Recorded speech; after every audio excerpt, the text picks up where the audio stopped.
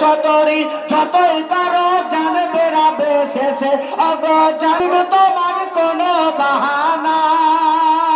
হবে মাটির বিছানা গো তোমার আসল ঠিকানা মরতে হবে একদিন তুমি ভুলে যেও না হবে মাটির বিছানা গো তোমার আসল ঠিকানা জোরে বলো সুবহানাল্লাহ সুবহানাল্লাহ অগ খালি হাতে এসেছো তুমি যাবে খালি হাতে অগ খালি হাতে এসেছো তুমি যাবে খালি হাতে শুধু একটি সাদা কাফন যাবে তোমার সাথে অগ খালি হাতে এসেছো তুমি যাবে খালি হাতে শুধু একটি সাদা কাফন যাবে তোমার সাথে আর আমল ছাড়া তোমার সাথে কিছুই রাবে না আর আমল ছাড়া তোমার সাথে কিছুই রাবে না হবে মাটির বিছানা গো তোমার আসল ঠিকানা জোরে বলুন সুবহানাল্লাহ সুবহানাল্লাহ কাঁদবে মাতা কাঁদবে পিতা কাঁদবে ভাই বোন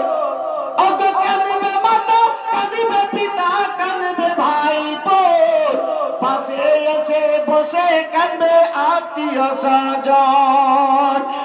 কাঁদবে মাতা কাঁদবে পিতা কাঁদবে ভাই বোন পাশে এসে বসে কাঁদবে আত্মীয় স্বজন করবে দোয়া হবে মাটির বিচার অগো আপন জনের কান্না যত সবই শুনতে পাবে অগো আপন জনের কান্না যত সবই শুনতে পাবে বুক ফুটবে তো মুখ ফুটবে না কেমনে জবাব দিবে অগো আপন জনের কান্না যত কি করে বোঝাবে তোমার নাম মরতে হবে একদিন তুমি ভুলে যেও না বাপজিরা আমার সোনার মানিকেরা আল্লাহ তাআলা আমাকে আপনাকে সকলকে যখন দুনিয়াতে আমরা আসি যে খালাজান বেঁচে ছিল যখন দুনিয়াতে এসেছিল ওনার আব্বা জান আম্মা জান পাড়া প্রতিবেশী সবাইকে মিষ্টি বিতরণ করেছেন খুশির ইজহার করেছেন যখন উনি চলে যাবেন নামাজি ফরজগার যেনারা নামাজি হবেন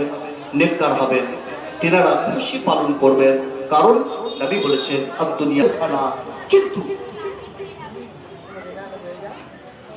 তো যারা মুমিন হবে জেলখানা থেকে